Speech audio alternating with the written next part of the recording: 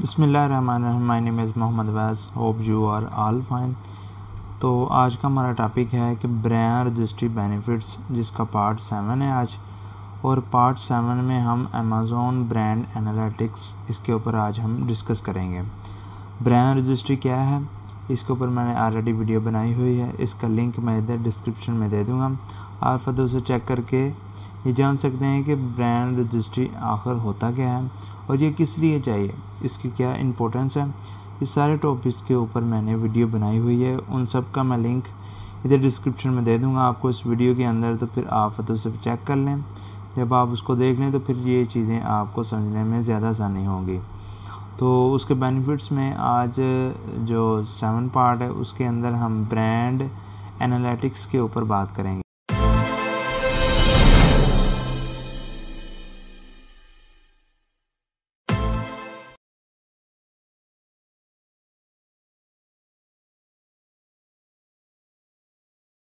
जब भी आपने अपने ट्रेडमार्क को रजिस्टर कर लिया, तो ट्रेडमार्क को रजिस्टर करने के बाद फिर आप उसकी डिटेल को यूज़ करते हुए अमेज़ॉन के साथ आप ब्रांड रजिस्ट्री करते हैं। जब आप अमेज़ॉन के साथ अपने ट्रेडमार्क की ब्रांड रजिस्ट्री कर लेते हैं तो फिर अमेज़ॉन आपको बहुत ज़्यादा ऐसी अपॉर्चुनिटी, बहुत ज़्यादा ऐसी बेनिफिट्स देता है जिसको आप यूज़ करके अपने ब्रांड की ब्रांड बिल्डिंग कर सकें, अपने प्रोडक्ट को वहाँ पर सक्सेसफुली लॉन्च कर सकें, अपने प्रोडक्ट को या अपने प्रोडक्ट की लिस्टिंग को फर्स्ट पेज पे ला सके और ज़्यादा से ज़्यादा सेल्स वेलोसिटी ला सकें,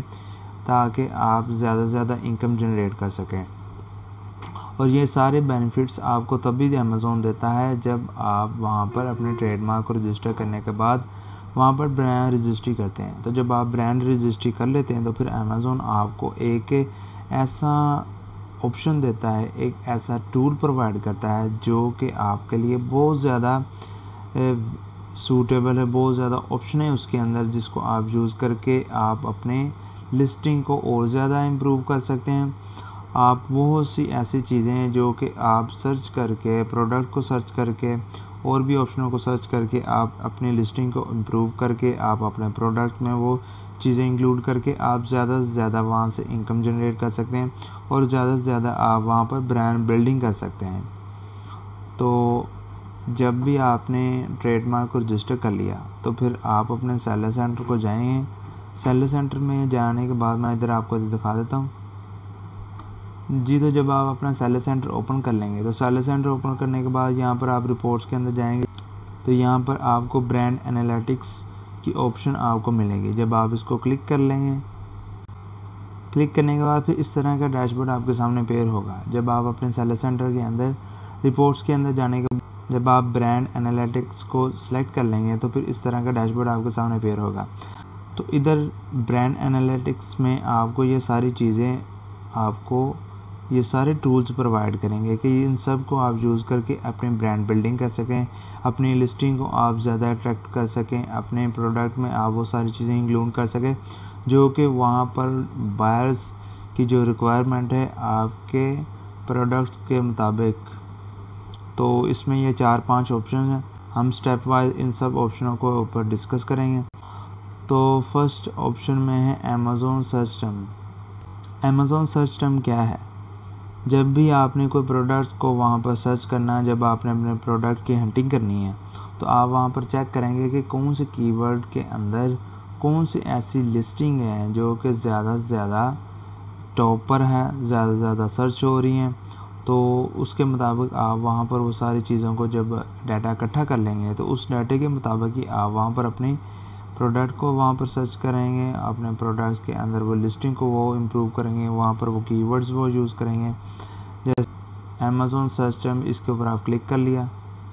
तो जब आपने इस ऑप्शन को ओपन कर लिया तो फिर इस तरह का डैशबोर्ड आपके सामने पेयर होगा। यहाँ पर आप अपने डिपार्टमेंट को भी सिलेक्ट कर सकते हैं कि कौन से डिपार्टमेंट के अंदर आपने वहाँ पर आइटम को सर्च करना है। कोई भी आइटम या कोई भी प्रोडक्ट जब आपने वहाँ पर सर्च करना होता है तो फिर यहाँ पर आप उसका डिपार्टमेंट भी सिलेक्ट कर सकते हैं अपनी नीड के मुताबिक। फिर उसके बाद यहाँ पर आप वहाँ पर कीवर्ड भी सर्च कर सकते हैं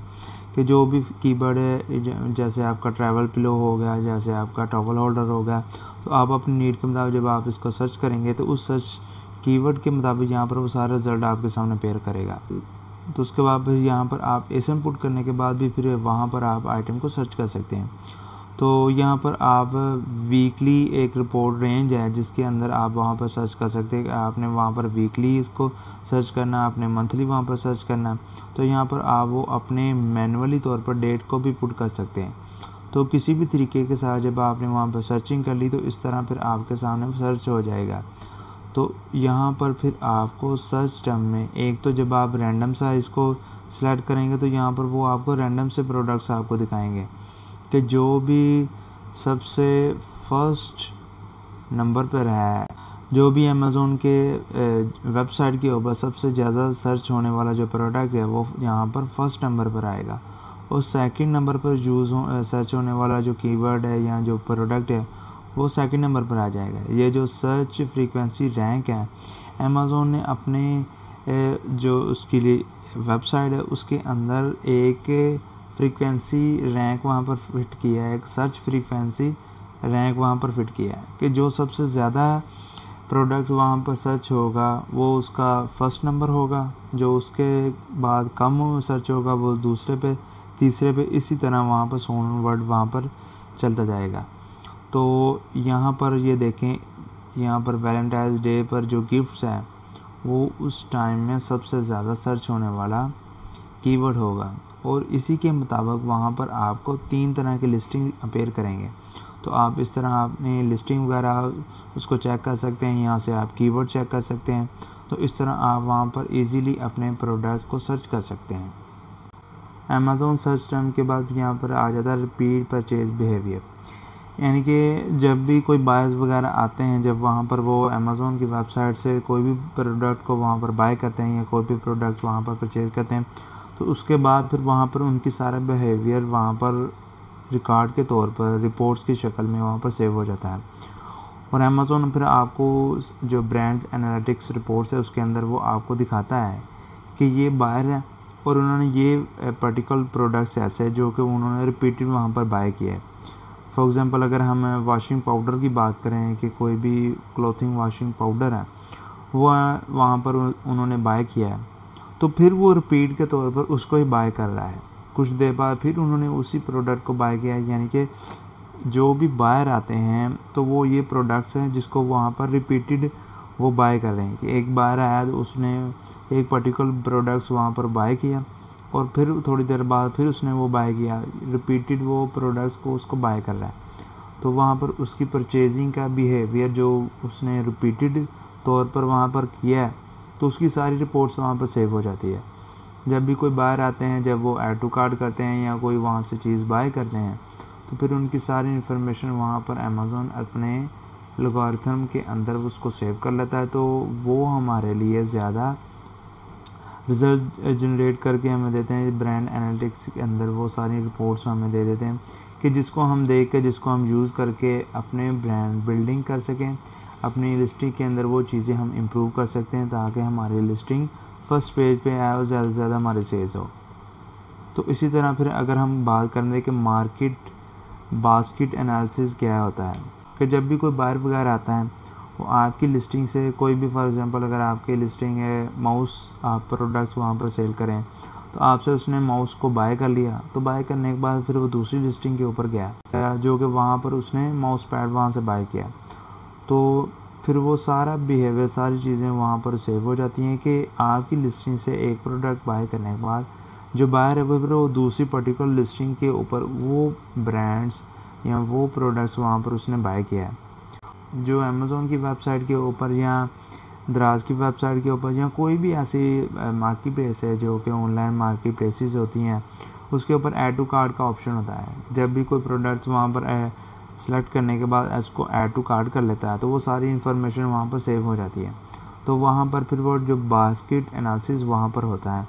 कि ये प्रोडक्ट्स आपकी लिस्टिंग से बायर ने परचेज़ किया और उसके बाद फिर ये प्रोडक्ट्स उसने बाय किया, यानी कि उन दोनों का कोई ना कोई कनेक्शन होता है उस बायर की हिसाब से। तो अमेज़ोन उसकी रिपोर्ट्स भी आपको देता है, तो फिर हम फ्यूचर में हम उस चीज़ को अपनी वैल्यू एडिशन कर सकते हैं या हम कुछ ऐसी लिस्टिंग और क्रिएट कर सकते हैं ताकि हम उस पर्टिकुलर जो प्रोडक्ट है उसको भी हम यूज़ करके वहाँ पर एक और लिस्टिंग क्रिएट करके और प्रोडक्ट को लॉन्च कर दें ताकि हमारी सेल्स ज़्यादा हो। यानी कि दो ऐसी लिंक्स लिस्टिंग हो जाएगी जो कि एक दूसरे के साथ कनेक्टेड होगी। कि बायर एक चीज़ तो बाय करता ही करता है, फिर वो दूसरी भी बाय करेगा तो वो दूसरी भी हमारे पास अवेलेबल होगी तो हम वो भी ज़्यादा से ज़्यादा उसकी सेल जनरेट कर सकते हैं। तो उसके बाद फिर हम बात करते हैं आइटम कंपैरिजन एंड अल्टरनेटिव, कि जब भी कोई बायर्स वगैरह आपकी लिस्टिंग पर आता है तो वो आपकी लिस्टिंग से देखते हैं कि ये प्रोडक्ट्स हैं, वो आपकी लिस्टिंग से बाय किए बगैर कोई और लिस्टिंग के ऊपर मूव कर जाते हैं, कोई और प्रोडक्ट के ऊपर मूव कर जाते हैं, तो वो सारी इन्फॉर्मेशन वहाँ पर वो आपको ब्रांड एनालिटिक्स के ऊपर वो आपको सारी चीज़ें दिखाते हैं कि ये प्रोडक्ट्स के ऊपर या किसी भी लिस्टिंग के ऊपर या जो कि आपकी लिस्टिंग वगैरह होगी उसके ऊपर बायर जो कि वो लैंड हो चुका है, मगर वहाँ पर उसने कोई भी परचेजिंग वगैरह नहीं की तो वो और कोई लिस्टिंग के ऊपर मूव कर गया, तो वहाँ से उसने प्रोडक्ट्स को वहाँ पर बाय किया, तो बाय करने के बाद फिर उसको उसने यूज़ किया, तो वो सारी चीज़ें वो सारी इन्फॉर्मेशन वहाँ पर दिखा देते हैं कि इस जो आपका बायर है, इस बायर ने आपकी लिस्टिंग से वहाँ पर किसी और लिस्टिंग के ऊपर मूव कर लिया, तो ये प्रोडक्ट्स के अल्टरनेटिव किसी और प्रोडक्ट को वहाँ पर उसने बाय कर लिया, तो उसको भी वह हम यूज़ कर सकते हैं कि हमारी प्रोडक्ट के अंदर कौन सी कमी है, कौन सी ऐसी चीज़ें हैं जो कि हम अपनी लिस्टिंग के अंदर उसको इम्प्रूव करें, हम वो कीवर्ड्स वहाँ पर यूज़ करें, हम वो सारी इन्फॉर्मेशन वहाँ पर यूज़ करें, हम उस लिस्टिंग के अंदर जाकर हम उस लिस्टिंग के बुलेट पॉइंट्स, टाइटल्स, डिस्क्रिप्शन वगैरह, इमेजेस, हर चीज़ को हम देखकर हम वो ही अपनी लिस्टिंग के अंदर इम्प्रूवमेंट करके वहाँ से ज़्यादा से ज़्यादा सेल जनरेट कर सकते हैं। तो उसके बाद फिर हम बात करते हैं डेमोग्राफिक। डेमोग्राफिक में ये है कि जब भी कोई बायर वहाँ पर अपने नीड के मुताबिक जब वेबसाइट के ऊपर लैंड करता है अमेज़ॉन के ऊपर, तो फिर वो अपने नीड के मुताबिक वहाँ पर कीवर्ड सर्च करता है, सर्च करने के बाद फिर वो सेवरल लिस्टिंग उसके सामने अपेयर होती है, तो उसी लिस्टिंग के अंदर आपकी एक लिस्टिंग होती है जो भी उसने कीवर्ड अपनी नीड के मुताबिक वहाँ पर पुट किया होगा, तो फिर वहाँ पर उस बायर की सारी इन्फॉर्मेशंस वहाँ पर सेव हो जाती है। फॉर एग्ज़ाम्पल वहाँ पर उसका जेंडर सेव हो जाता है, उसके बाद फिर उसकी एजुकेशन वहाँ पर सेव हो जाती है, उसके बाद फिर उसकी एज वहाँ पर सेव हो जाती है, तो इसी तरह उसकी सारी इन्फॉर्मेशन वहाँ पर सेव हो जाती है जो कि आप वहाँ पर चेक कर सकते हैं कौन सी लोकेशन से कौन सी एज के जो बायर्स वगैरह वो आपसे प्रोडक्ट्स को बाय कर रहे हैं, आपको सारी चीज़ें इन्फॉर्मेशन आप उसको चेक कर सकते हैं। आप देख सकते हैं कि मेरे जो प्रोडक्ट्स है वो बच्चे ज़्यादा उसको बाय कर रहे हैं कि बड़े बाय कर रहे हैं, वो एजुकेटेड लोग बाय कर रहे हैं कि अनएजुकेटेड वहाँ पर बाय कर रहे हैं, किस लोकेशन से ज़्यादा मेरे प्रोडक्ट्स वहाँ पर बाय होती है, कौन से ऐसा जेंडर है जो कि मेरे प्रोडक्ट्स को ज़्यादा से ज़्यादा बाय करते हैं। वो सारी इन्फॉर्मेशन आपको जियोग्राफिक के अंदर अमेज़ॉन आपको सारी इन्फॉर्मेशन देता है, वो सारी रिपोर्ट्स आपको उसके अंदर देता है, वो सारी इन्फॉर्मेशन आप वहाँ पर चेक कर सकते हैं और आप उस चीज़ों को ज़्यादा इम्प्रूव करा सकते हैं अपनी लिस्टिंग के अंदर, कि आपको पता चल जाएगा कि आप फीमेल जो बायर वो आपकी लिस्टिंग पर ज़्यादा प्रोडक्ट्स को बाय करती हैं या मेल बाय करते हैं या बच्चे बाय करते हैं या बड़े बाय करते हैं, वो उसकी एज, उसके एजुकेशन, हर चीज़ वहाँ पर रिपोर्ट्स वगैरह के अंदर वो मेंशन करते हैं, जिसको आप यूज़ करके अपनी लिस्टिंग को और इम्प्रूव कर सकते हैं। उसके बाद फिर हम बात करते हैं अमेज़ॉन एट्रीब्यूशन के ऊपर। तो अमेज़ॉन एट्रीब्यूशन के अंदर ये चीज़ें होती है कि जब भी आप वहाँ पर अपनी लिस्टिंग को ज़्यादा से ज़्यादा रैंक करवाने के लिए, अपनी लिस्टिंग को फर्स्ट पेज पे लाने के लिए कोई ना कोई आप वहाँ पर एडवर्टाइजमेंट करते हैं। कुछ एडवर्टाइजमेंट आप वहाँ पर अमेज़ॉन के सेलर सेंटर के ऊपर आप चलाते हैं जिसको हम PPC कहते हैं, उसके अंदर कुछ ऐसी कैंपेन्स वहाँ पर चलाते हैं जिसको यूज़ करके आप अपनी लिस्टिंग को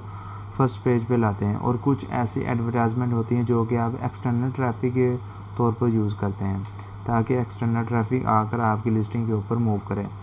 कुछ जैसे फॉर एग्ज़ाम्पल आप वहाँ पर फेसबुक के ऊपर कुछ एड्स लगाते हैं, कुछ यूट्यूब्स के ऊपर लगाते हैं, गूगल्स के ऊपर लगाते हैं, इंस्टाग्राम के ऊपर कुछ ऐसे एड्स होते हैं जो कि आप इन मार्केट प्लेस के ऊपर लगाते हैं, और उस मार्केट प्लेसेस के अंदर आप वहाँ पर वो सारी इन्फॉर्मेशन देते हैं, सारे लिंक्स वहाँ पर आप देते हैं कि जो कि आपकी ऑडियंस उस लिंक के थ्रू आपकी अमेज़ॉन की लिस्टिंग के ऊपर लैंड करें और आपकी लिस्टिंग से ही वो प्रोडक्ट्स आपसे बाय करें, जिसकी वजह से आपको आसा ऑर्गेनिक रैंक आना शुरू हो जाता है और आप आस्ता आस्ता फर्स्ट पेज पे लाते हैं। और अमेज़न एक्सटर्नल ट्रैफिक को भी बहुत ज़्यादा पसंद करता है, क्योंकि वो यही कहता है कि आप अपनी दूसरी मार्केट प्लेसेस की ऑडियंस या आप अपनी वेबसाइट की ऑडियंस, सारी ऑडियंस ला रहे हैं मेरे प्लेटफॉर्म के ऊपर, तो फिर वो आपको ज़्यादा से ज़्यादा अपीयर करवाता है और ज़्यादा से ज़्यादा आपको ग्रो करके फर्स्ट पेज के ऊपर लाता है। और ये अमेज़न एट्रीब्यूशन के अंदर वो सारी रिपोर्ट्स आपको देता है कि कौन सा ऐसा एड्स है जो कि आपके लिए ज़्यादा सूटेबल है और कौन सा ऐसा एड्स है जो कि आपके लिए सूटेबल नहीं है, कौन सी ऐसी मार्केट प्लेस है जिसके ऊपर आप इस एड्स को अगर ना भी चले तो आपका काम कर जाएगा, और कौन से ऐसे एड्स हैं जिसके ज़रिए फिर आपको ज़्यादा ट्रैफिक आ रही है, कौन से ऐसे एड्स हैं जिसके अंदर ये आपको ट्रैफिक इतनी नहीं आ रही, बस आपको क्लिक्स वहाँ पर पड़ रहे हैं, कोई भी कन्वर्जन वगैरह वहाँ पर नहीं होती, बस एक्सप्रेशन वहाँ पर आते हैं। तो वो सारी रिपोर्ट्स आपको उसके अंदर दे देते हैं, तो आप उसको चेक कर सकते हैं कि किस एड्स के थ्रू आपको ज़्यादा सेल्स आ रही है, तो फिर आप उसी ऐड को ज़्यादा से ज़्यादा इम्प्रूव करके उसकी बिडिंग वहाँ पर ज़्यादा हाई करके फिर आप उसको अपनी लिस्टिंग को और ज़्यादा रैंक करवाने के लिए यूज़ कर सकते हैं। और ये सारी रिपोर्ट्स आपको अमेज़न एट्रीब्यूशन के अंदर आपको वो प्रोवाइड करता है, जिसको आप यूज़ करके अपनी लिस्टिंग को फर्स्ट पेज पे ला सकते हैं, अपनी लिस्टिंग को और ज़्यादा इम्प्रूव कर सकते हैं, अपने प्रोडक्ट्स को सेल्स वेलोसिटी आप बढ़ा सकते हैं और इस तरह आप अपनी इनकम को ज़्यादा से ज़्यादा जनरेट कर सकते हैं। तो ये एक ओवरव्यू था ब्रांड एनालिटिक्स का। तो आने वाली वीडियो के अंदर हम सारी चीज़ें के ऊपर भी डिटेल से डिस्कस करेंगे और हम प्रैक्टिकली तौर पर वर्क भी करेंगे ये किस तरह वर्क करते हैं। तो फर्स्ट अभी तो सिर्फ इसका ओवरव्यू चल रहा है कि ब्रांड रजिस्ट्री के जो बेनिफिट्स है उसके कौन कौन से बेनिफिट्स हैं, कौन कौन से ऐसी चीज़ें हैं जिसको हम डिटेल से थोड़ा थोड़ा डिस्कस कर रहे हैं, क्योंकि ये एक वीडियो के अंदर सारी चीज़ें इंक्लूड नहीं हो सकती। ये कुछ ऐसी कॉम्प्लिकेशंस वीडियो होती हैं जिसको थोड़ा सा ब्रीफ करना पड़ता है डिटेल में जाने के बाद। तो होपफुली आपको ये वीडियो पसंद आई होगी। अपना बहुत ज़्यादा ख्याल रखिएगा। अल्लाह हाफिज़।